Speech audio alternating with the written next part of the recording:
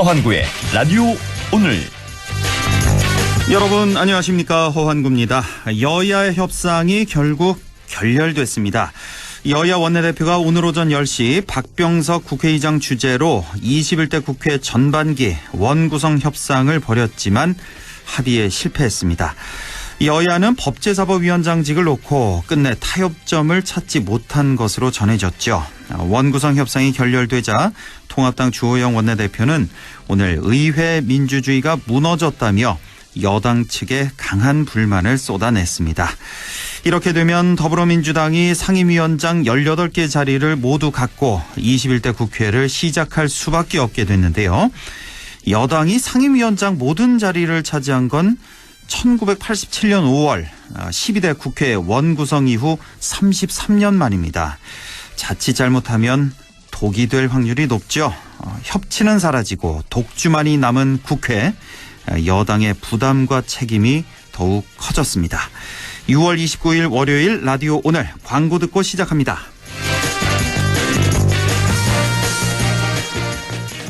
형님, 큰일입니다. 다음 달부터 개별 소비세가 인상된답니다. 왜? 당장 사러 가자. 쌍용자동차가 혜택이 제일 좋은데요? 6월 SUV 구매 시 정부에서 개별 소비세 최대 143만 원, 쌍용자동차에서 최대 150만 원 추가 지원까지. 60개월 무이자 할부까지? 역시 이런 혜택은 쌍용자동차밖에 없구만. 쌍용자동차 전 시장에서. 건강한 나의 내일, 행복한 나의 내일, 빛나는 나의 내일, 건강한 매일. 건강한 내일을 여는 글로벌 헬스케어 기업 휴원스. 맑은 공기가 집 안으로 들어오니까 청정, 나쁜 공기를 집 밖으로 내보내니까 환기. 공기청정과 환기를 동시에 하니까 청정환기. 이제 창문 닫고 환기하세요. 청정환기 시스템을 나비앤하우스에서 만나보세요. 경동 나비엔 아버지도 뉴케어, 어머니도 뉴케어. 부모님은 끼니가 힘이니까 뉴케어. 의사의 지시로 사용하는 뉴케어. 이제 자녀분이 생기세요. 천진한 끼 뉴케어. 특수 의료용도 등 식품 뉴케어 구수한 맛 대상 라이프 사이언스. 여의도 더블 프리미엄의 중심축을 잡아라. 힐스테이트 여의도 파인 누체, 9호선 색강역, 5호선 환승 여의도역과 금융 업무지구 사이, 원룸에서 3룸까지 다양한 주거형 오피스텔. 힐스테이트 여의도 파인 누체. 견본주택 오픈 중. 1833-2367 현대 엔지니어링. 나에게 꼭 맞는 생유산균 락토핏. 아기에게 락토핏. 아이들도 락토핏. 우리 가족 락토핏. 맞춤형 생유산균. 내 몸에 필 락토핏. 종근당 건강기능식품입니다. 네, 라디오 오늘 월요일 순서 시작합니다. 일부 경제 이슈 짚어보는 시간, 최백은의 이게 경제다 준비되어 있고요. 2부 이슈 오늘에서는 예천군이 2022년 아시아 주니어 선수권 대회를, 아시아 주니어 육상 선수권 대회를 유치했습니다. 잠시 후 예천군 김학동 군수 연결해서 얘기 나눠보겠습니다. 이어서 6.25 전쟁 70주년 특별기획 라디오 드라마 낙동강 전선도 계속됩니다. 라디오 오늘과 라디오 드라마 낙동강 전선 유튜브로도 다시 들으실 수 있습니다. 많은 애청 바랍니다. 네, 최백은의 이게 경제다 시작합니다. 건국대학교 경제학과 최백은 교수와 함께합니다. 교수님 안녕하십니까? 네, 안녕하세요. 예, 오늘도 할 얘기가 참 많아서요. 예. 좀 빨리 진행을 하겠습니다. 오늘 소리가 좀 이상하네요. 약간? 아, 그래요? 예. 조금 가깝게 예. 말씀을 해주시고. 자, 지난주였죠. 국제통화기금 IMF에서 세계 경제 성장률 전망을 다시 하향 조정했습니다. 이 뉴스 많이들 보셨을 텐데 조금만 정리하자면 전 세계입니다. 전 세계 경제 성장률 종전에는 마이너스 3.0%였는데 마이너스 4.9%로 하향 조정했고, 우리나라가 종전에는 마이너스 1.2%인데 마이너스 2.1%로 낮췄습니다. 성장률을. 자, 선진국 중에서 우리나라가 역성장 폭이 가장 작았다. 다시 말하면 마이너스이긴 하지만 우리나라가 세계 1위다. 뭐 이렇게 해석해도 될까요? 예, 그렇습니다. 근데 이제 먼저 그 IMF가 그 이 성장률 전망치를 6월달에 또 발표한 배경부터 좀 잠깐 설명을 드리면요. 예. IMF는 원래 4월달 하고 원래 한 10월달에 한 두 차례 발표를 해요. IMF에서 예. 근데 이제 올해는 이제 그러니까는 6월달 이제 전망치를 다시 이제 중간에 또 발표한 건데요. 예. 그러니까 그만큼 이제 4월달에 발표한 전망치가 현실과 너무 좀 이제 괴리가 있다 보니까는 수정 전망치를 다시 발표를 한 거고요. 예. 근데 이제 그렇게 된 이유는 뭐냐면요.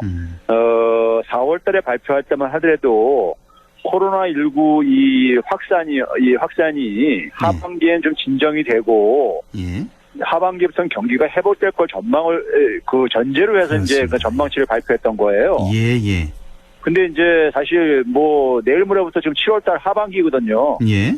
근데 지금 뭐 선진 국가들에서 지금 다시 재확산이 지금 아니 선진국뿐만 아니라 많은 나라에서 재확산이 지금 발생하고 앉아 있거든요. 그렇습니다. 예. 지금 뭐 미국 같은 경우 뭐 하루에 4만 명 이상 뭐 확진자가 발생하는 뭐 이런 상황이 되고 있고 인도도 그러니까 브라질도 뭐 마찬가지고. 인도, 브라질 뭐 이런 나라도 전부 굉장히 심각한 상황으로 지금 가고 있거든요. 예. 그러다 보니까는 뭐 3분기도 그러니까 뭐 별로 지금 이렇게 괜찮을 것 같지가 않고 그러다 보니까 자연히 이제 그러니까 성장률을 하향 조정할 수밖에 없었던 것이고요. 예.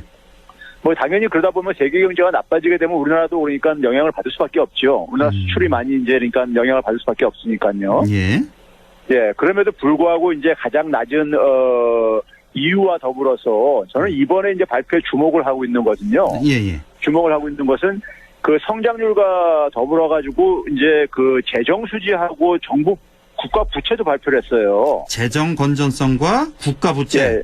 예. 이제 재정 수지라고 해가지고 이제 우리가 재정을 뭐 이렇게 재정 적자가 다 올해 예상이 되는데. 예. 근데 이제 어느 정도 되는가 보게 되면요.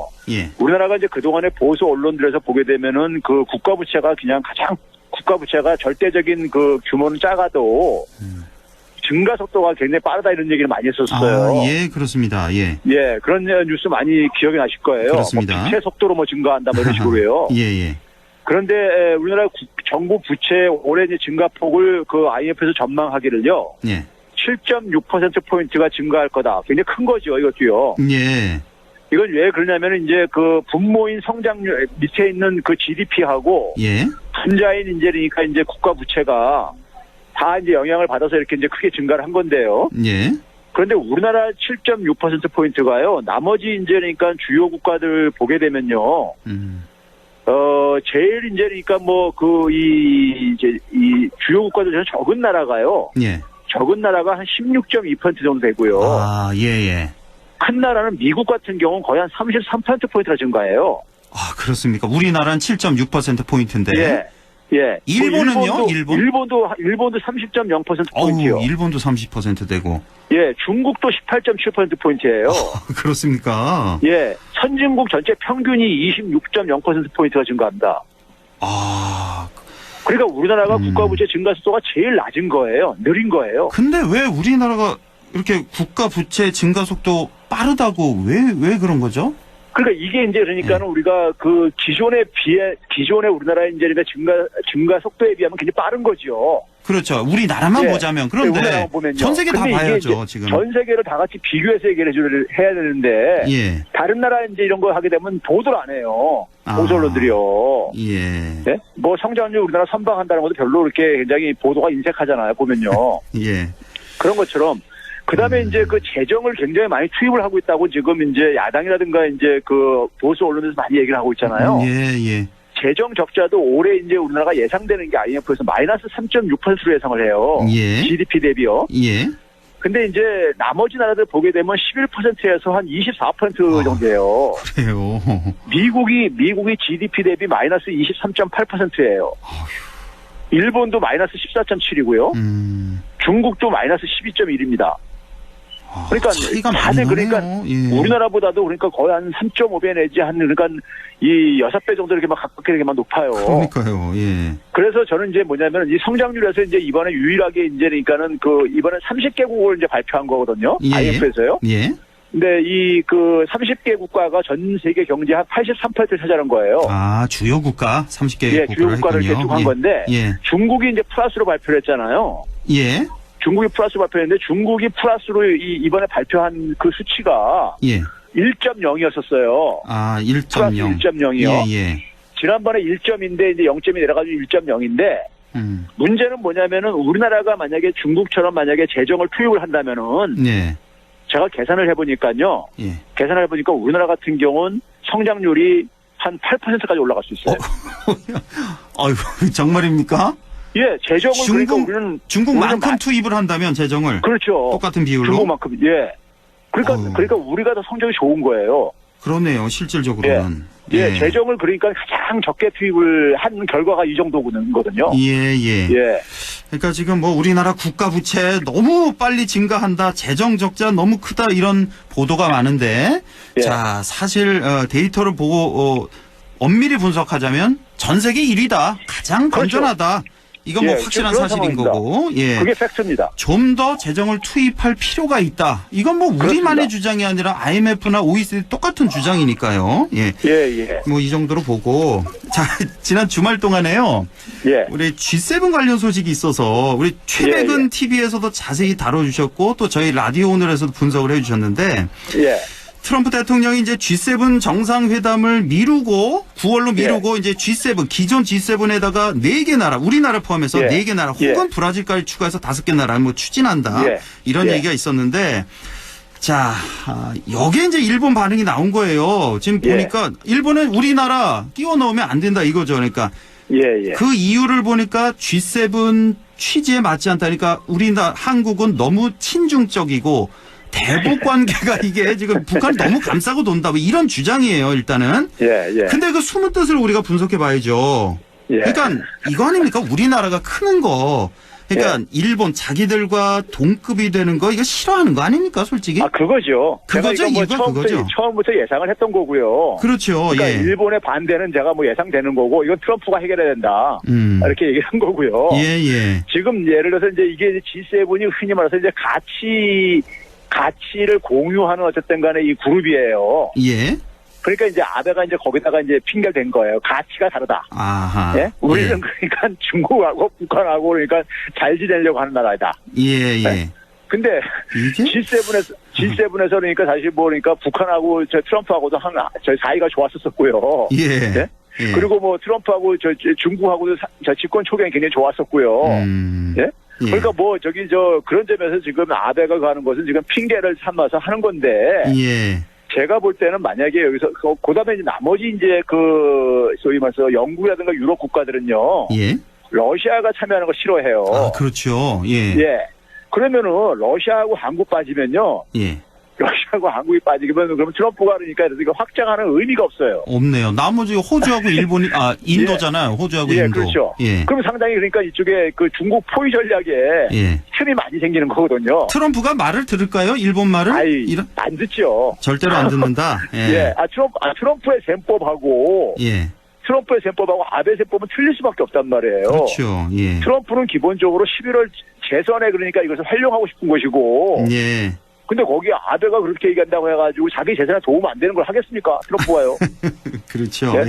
그리고 미국이 그렇게 미국이 그렇게 한다 할 때 일본이 그걸 꺾을 수가 있냐고요. 안 되죠. 그거는. 이제 오늘 그런 점에서 일본이 그러니까 지금 이제 이 회방목히 이제 지금 하는 것이 지난번에 볼턴 해고로에서 드러났지만은. 뭐 일본 아베는 원래 이제 우리가 지금 이제 이렇게 부상하는 게 굉장히 싫은 거예요. 그렇죠. 일본의 극우 정권들은요. 그 일본 그 극우파들이 우리나라 어떻게 생각하겠습니까? 그러니까 한때 식민지였던 저 작은 나라, 그러니까 영원히 짓밟고 싶은 나라가 이렇게 성장하니까 자기랑 어떻게 동급이 되냐 이거 아니에요. 그러니까 이제 아시아에서 우리는 떠오르는 태양이고 자기들 지는 태양이다 보니까 그게 초조한 거예요. 잠깐만요. 아시아 유일한 G7 국가인데 여기에 우리나라까지 들어온 이건 안 된다는 거. 그러니까 청와대에서 아주 시원한 반응을 보였네요. 일본의 모렴치 수준이 전 세계 최상위권이다. 그렇죠. 소위 시원한데요. 요즘 유행말로 하게 되면 끝판왕이죠. 뭐. 그러니까 그리고 요즘에 아베 상황이 아주 심각하잖아요. 아주 최악 아닙니까? 아베 지지도 뭐.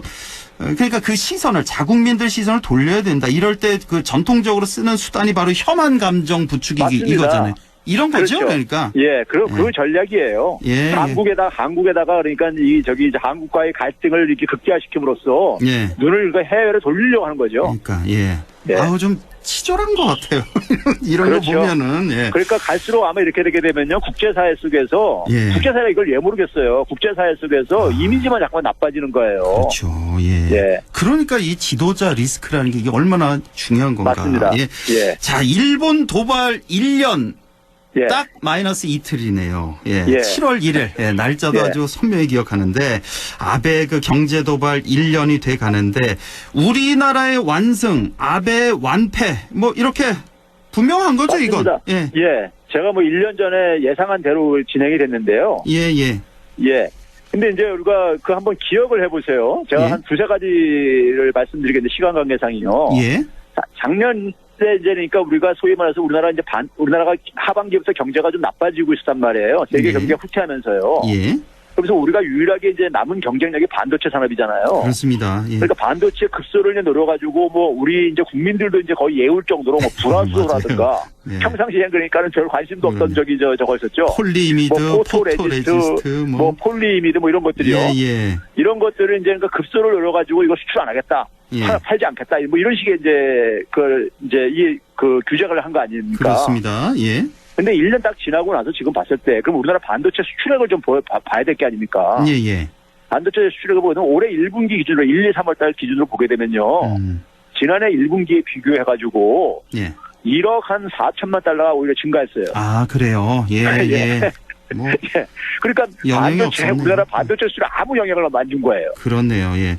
이건 예. 저기 아베가 상당히 기분 나쁠 텐데 그러면 혹시 뭐 그렇죠. 다른 소재 또 뭐 공격할 게 없나요? 아주 아니, 우리나라로서는 좀 제가 또 한 가지만 더 치명적인 거. 예, 예. 그리고 이제 우리가 이 일본 경제와 관련해서 과거에 식민지 유산도 있고 기술적인 종속성도 있지만은 그걸로 인해서 무역 적자가 대일 무역 적자가 가장 심해요. 그렇습니다. 예. 근데 무역 적자도 1분기에 그러니까 지난해 1분기 대비해 가지고 24% 이상이나 감소했어요. 그래요? 대일 무역 적자가 예, 22억 7천만 달러 이상이 감소했어요. 어이구, 예, 예. 예, 그러니까 제가 그래서 작년에 아베한테 땡큐 아베를 얘기했는데 그게 그대로 간 거예요. 예? 예. 예. 그 자기 발등 찍은 거고 자기 무덤 판 거예요. 그렇죠. 그러니까 그다음에 지금 이제 예, 말씀하시죠. 예, 그리고 이제 그 일부 이제 우리나라 국내 언론이라든가 일본에서 나오는 얘기가 예. 그 일본에 대한 의존도가 더 높아졌다. 부품에 대한 의존도가. 예. 얘기를 하는 게 뭐냐면 불화수소 같은 경우는요. 예. 한 44%가 의존하다가 12.3%를 줄어들었어요. 아, 예, 예. 그렇습니다. 불화수소는 확실히 이제 국산화가 됐으니까요. 예, 예. 예. 이 불화수소가요, 교수님. 예. 우리 예. 이 경북 영주에 예. SK 머티리얼즈라고 있어요. 아, 맞아요. 그 전에 불화 아르곤 만든 저기 하고. 소디프신 소재라고 예전에. 예, 맞습니다. 여기서 이제 양산을 시작했습니다. 얼마 전부터. 맞아요. 예. 근데 네. 지금 뭐 12%로 낮춰졌다 그러는데 이거 더 낮춰질 것 같은데요? 그렇죠. 앞으로 점점? 예, 그렇죠. 아예 0%로 하죠, 뭐 그냥. 예. 그 다음에 이제 뭐냐면은 플루오린 폴리이미드가 폴리미드, 예. 93.7에서 93.9로 조금 증가했어요. 아, 증가했어요? 예. 예. 그 다음에 이제 그 포토레지스트도 예. 91.9에서 88.6으로 크게 감소가 안 했어요. 예, 예. 그럼 이걸 어떻게 가냐면, 그래서 이제 뭐냐면, 일본에 대한 의존도가 그러니까는 뭐 아직 해결이 안 됐다 뭐 이런 얘기를 하는데, 예, 예. 이건 뭐냐면요. 지금 우리가 수출 규제를 지금 일본이 지금 풀지 않고 있잖아요. 예. 알고 있는데 실제로 지난해 하반기부터 이 예. 수출을 다 허가하고 있어요, 지금요. 아, 조용히, 그냥 조용히 허가를 하고 있군요. 우리나라가 폴리이미드하고 포토레지스트하고요. 예, 예. 이거는 이제 그러니까 이건 기술이 좀 필요하고 나보니 시간이 걸리니까 수입 다변화를 우리가 시도를 했습니다. 예, 예. 그러니까 벨기에라든가 미국 유통사 이런 쪽으로요. 예. 그러다 보니까는 한국 시장을 뺏길 수가 있잖아요. 그렇습니다. 일본 기업이 그러니까 잘못하면은 이 시장까지 그러니까 뺏길까봐 예. 이거는 그러니까 수출 규제 해놓고 다 수출을 허용하고 있는 거예요. 사실상. 그렇군요. 예. 그러다 보니까 뭐 우리로서 볼 때는 팔겠다니까 그냥 사서 쓰는 거고. 예. 네? 그 예. 결과인 거지. 이것도 결국은 근데 우리 기업 입장 속에서는 지금 그러니까는 이걸 이제 개발하고 있어요. SK 머티리얼즈가 예. 포토레지스트 공장 증설도 이것도 그러니까 지금 이제 확정을 맞아요. 했어요. 맞습니다. 예. 예. 그러니까는 시간이 지나면 그러니까 우리나라 이제 일본에서 못 믿게 되다 보니까는 이걸 이제 작업화를 계속 추진할 거란 말이에요. 그렇습니다. 예. 그러면 그런 점에서 지금 그러니까 이걸 당장 작업하기 힘들다 보니까는 수입 다변화를 추진했던 거예요. 그렇습니다. 근데 수입 다변을 하게 되면은 자기들이 그러니까 이 고객을 주요 고객을 잃잖아요. 예, 예. 주요 고객을 잃으면 자기들만 피해 보니까는 이걸 다 허용해 준 거예요. 지금 일본 내 그 소재 기업들이 있잖아요. 예. 이 기업들이 지금 불안한 거 아니에요? 다른 기업들이 또 아베가 뭐 또 규제하면은 그렇죠. 자기네들 실제로 보게 되면요. 예. 일본의 불화수소의 일본 불화수소 그 생산하는 기업 중에 스텔라 케미파라고 있어요. 예. 이 기업이 세계 1위입니다. 아, 그래요? 예. 세계 1위인데 이 기업이 뭐냐면 매출이 12%가 감소했고요. 올해 1월달부터 5월달까지. 우리나라 때문에. 예, 우리나라가 작업하면서요. 아. 그리고 영업이익 32%가 감소했어요. 어유 대단하네요. 예? 그러니까 불화수소가 작업화되면서 타격을 본 게 일본 기업인 거예요. 땡큐 아베 땡큐 진짜. 일본 기업들이 지금 아베가 지금 얼마나 꼴보기 시켰습니까요? 그러니까요. 예. 기업들을 그러니까 오히려 저기 지원해줘도 지원찮은 마당에 기업들을 그러니까 들들 복고 앉아있으니까요. 예. 그러니까 저는요 최근에 이제 일본 이런 상황을 보면서 일본의 뭐 경제도 그렇고 정치도 그렇고요 특히 뭐 외교 등등에서 좀 국운이 쇠하고 있다는 그런 느낌이 들어서. 이거 우리나라가 머지않아서 이렇게만 가면 혹시 일본 따라잡는 거 아니야? 좀 성급하지만 이런 생각까지 저는 하는데요. 저는 이미 그러니까는 이게 크로스가 이제 생겼다고 보는 게요. 아, 벌써요? 우리 고등학교 때 보면 있잖아요. 예. 이런 경험 있잖아요. 예. 3학년 1학기 초에. 예. 1학기 초에 그러니까 성적이 더 높은 애하고 낮은 애하고 있을 때요. 예. 높은 애는 성적이 이렇게 좀 떨어져 가고 있는 추세예요. 예. 근데 밑에 있는 애는 좀 올라가는 상승 추세에 있는 애예요. 예. 그러면 연말쯤 가게 되면 이게 완전히 역전돼 버립니다. 그렇죠. 예. 그런 경우에는 그런 경험도 많이 있을 거예요. 아, 마치 그런 상황이다. 예, 그런 것처럼 지금 일본은 지금 뭐냐면은 경제 구조로 보게 되면요. 경제 구조로 보게 되면은 정상화가 구조적으로 불가능해요. 아, 그 정도예요? 일본 은행에서 돈을 찍지 않으면은 주가도 폭락하고 그러니까는 이 지금 그 경제 규모도 그러니까 유지가 안 되는 나라예요. 아, 네? 중앙은행에서 돈을 찍어가지고 유지하는 나라예요. 하하. 네? 그러다 보니까 제가 작년에도 그랬던 것이 뭐냐면 일본 경제가 굉장히 구조적으로 취약하기 때문에 한번 싸말만 하다가 제가 얘기를 한 거고. 그걸 알기 때문에 그렇게 한 겁니다. 일본 상황이 이 정도까지 된 건 아베 정권 책임이 뭐 거의 100%인 거잖아요. 그렇죠? 예. 그러면 우리 입장에서만 보면 대한민국 입장에서만 보면 아베 정권이 조금 더 유지하는 게 우리한테는 좋은 거 아닌가요? 이기적으로만 보자면. 아, 많이 해요? 많이 합니다. 예. 아, 저만 생각한 게 아니에요? 우리나라 국민들 입장 속에서는 아베가 좀 집권을 계속했으면 좋겠다. 물론 바람직한 생각은 아닙니다만. 근데 이제 사실 우리가 역사적으로도 보게 되면 저는 역사를 공부한 사람이라서요. 역사적으로 보게 되면은 지도자 한번 잘못 만나면요. 공이 확세해야 합니다. 그러니까요. 더군다나 중요한 그러니까 시기예요. 알겠습니다. 거기다가 우리나라 이제 국민들이 불매 운동을 하면서요. 지난해 우리가 여행객 같은 경우가 크게 감소했잖아요. 알겠습니다. 그렇죠? 교수님 시간이 좀 많이 오버되세요. 다음 주에 또 뵙겠습니다. 고맙습니다. 지금까지 건국대학교 경제학과 최백은 교수와 함께했습니다. 라디오 오늘 잠시 후 2부에서 뵙겠습니다.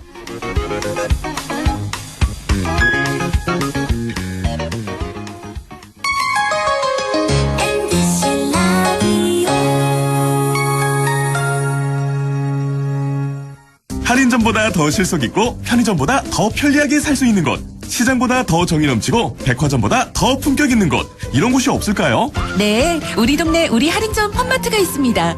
지난 25년간 항상 고객과 함께한 홈마트. 용상점, 자이점, 신용주점, 사천점에서 새롭게 고객님께 다가갑니다. 홈마트.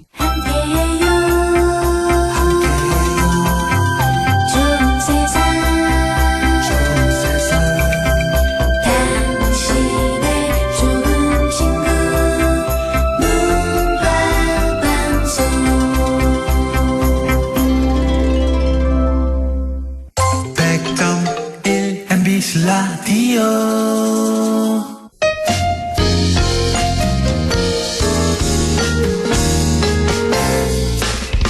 지금 여러분께서는 안동 MBC 시사정보 프로그램 허환구의 라디오 오늘을 듣고 계십니다.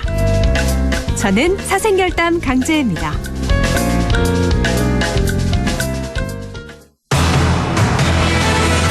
네, 6시 29분 45초 지나고 있습니다. 이슈 오늘 시작합니다. 2022년 아시아 주니어 육상선수권 대회를 예천군에서 유치했습니다. 국제 스포츠 행사 유치, 아주 반가운 소식인데요. 예천군 김학동 군수를 연결해서 얘기 나눠보겠습니다. 김학동 군수님, 안녕하십니까? 네, 안녕하세요. 예, 참 반가운 소식입니다. 네, 예, 감사합니다. 말씀드린 대로 예천에서 2022년에 아시아 주니어 육상선수권 대회를 유치하게 됐는데, 자, 소감이 어떠신지요? 예, 코로나19로 모두가 긴장하고 불편함을 감수하고 있는 이 시기인데요. 예. 우리 예천군에서 국제적인 육상대회를 개최하게 되었다는 소식을 전하게 드리게 되어 매우 기쁩니다. 네. 2년 전에 제가 군수에 취임하면서 적극적인 스포츠 마케팅을 펼치겠다는 약속을 했는데 예. 2019년에 대한민국 축구 종합센터 유치에 과감하게 도전했다가 실패한 기억이 있습니다. 맞아요. 예. 그러나 그 경험을 발판으로 삼아서 치밀하게 준비해온 결과로 이번에는 좋은 소식을 알리게 되었습니다. 네. 이런 자리를 빌려서 그동안 대회 유치를 위해 뜻을 같이 해주신 대한육상연맹과 우리 예천군의 체육 분야 관계자분들께 네. 깊은 감사의 말씀을 올립니다. 예. 아시아 주니어 육상 선수권 대회가 어떤 대회인지 좀 더 자세히 좀 알려주시죠. 예. 아시아 주니어 육상 경기 선수권 대회는 1986년 인도네시아 자카르타에서 창설 대회를 가졌고 예. 이후에 2년마다 아시아 지역 주니어 선수들이 출전하는 육상 꿈나무 대회입니다. 예. 이번에 우리 예천군이 유치한 2022년 대회는 앞으로 2년 뒤 6월 중순에 4일간에 걸쳐서 예천 공설 운동장을 주 경기장으로 펼쳐질 예정인데요. 예. 총 45개국에서 육상 22개 종목의 선수 임원 등 1,500명이 참가하는데 네. 앞으로 아시아 육상을 책임질 제목을 발굴하는 아시아 최고의 권위 있는 육상대회라고 할 수 있습니다. 아, 그래요. 아시아 육상 앞으로 10년을 책임질 최고 권위의 육상대회다. 뭐 아시아 45개국 정도 참가한다니까 거의 대부분 다 온다 이렇게 보면 되겠네요. 아시아에서. 예, 주요 국가들은 다. 네. 자, 그간 대회 유치를 위해서 많은 노력 기울여 오셨는데 그동안에 어떤 과정들이 있었는지 우리 예천 군민들, 경북 도민들에게 좀 알려주시죠. 예. 지난해 10월 우리 예천군이 대한육상연맹에 유치 신청서를 제출했습니다. 예. 그리고 나서 11월에 대한육상연맹이 아시아육상연맹에 예천군을 국내 단독 후보지로 신청을 했습니다. 예. 그 이후 금년 1월 12일부터 3일간 태국에서 있는 아시아육상연맹 본부를 직접 방문을 해서 본대회 유치 의지를 강하게 밝히고 예. 우리 예천 국민들의 열망을 적극적으로 설명한 바 있습니다. 예. 그 이후 대한육상연맹과 아시아육상연맹 등과 지속적으로 긴밀한 관계를 유지해온 결과 마침내 6월 18일 예천군이 개최지로 최종 결정되었다는 통보를 받았습니다. 그렇군요. 그래서 예천군이 국내 단독 후보지로 신청을 하게 된 건데 혹시 국내 다른 뭐 후보지 원하는 후보지는 없었나요? 다른 시군에서는? 국내에는 없었습니다. 국내는 없었고 예천군이 단독으로 신청을 했고 아마도 기초자치단체로서는 초유의 일일 것 같습니다. 그렇습니까? 예. 우리나라에서는 예천군이 유일하게 유치를 신청했고 외국에는 대만, 태국, 카타르 등이 유치 의사를 밝혔던 것 같습니다. 예, 다른 나라들과 또 이렇게 경쟁해서 이겨서. 자, 말씀하신 대로 이제 예천 하면은 지금 인구가 뭐 최근에 많이 증가를 했습니다. 5만, 한 5천여 명쯤 되나요? 이제 6만을 앞두고 있는데. 예. 현재 5만 5천 조금 넘었습니다. 그렇죠. 예, 뭐 중소도시에서 이렇게 개최되는 거 굉장히 좀 이례적이라는 생각이 드는데, 그 유치 과정에서 가장 힘들었던 점은 어떤 점이 있었어요? 예, 뭐니 해도 이 코로나19입니다. 유치 신청서를 제출하고 나서 전 세계적으로 코로나19 감염이 심각해져서 아시아 육상연맹 이사회 회의가 무기한 연기되었고 제19회 방콕 대회가 취소되면서 대회 유치 확정 자체가 차일피일 미뤄질 때가 가장 좀 힘들었던 것 같습니다.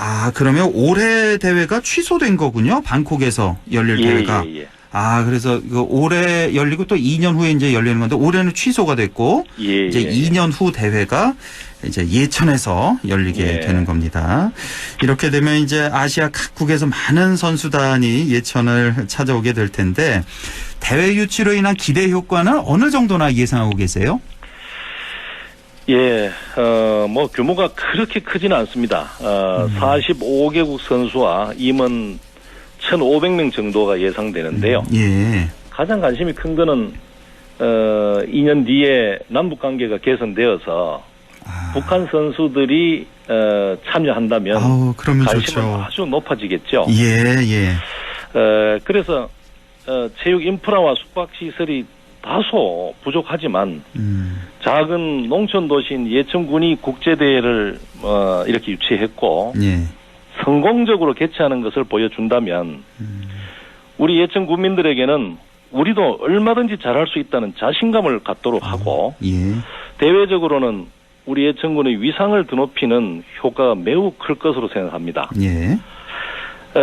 이번 대회를 이렇게 유치하면 직간접적인 경제 유발 효과는 500여 명의 고용 창출 효과가 있다고 하고요.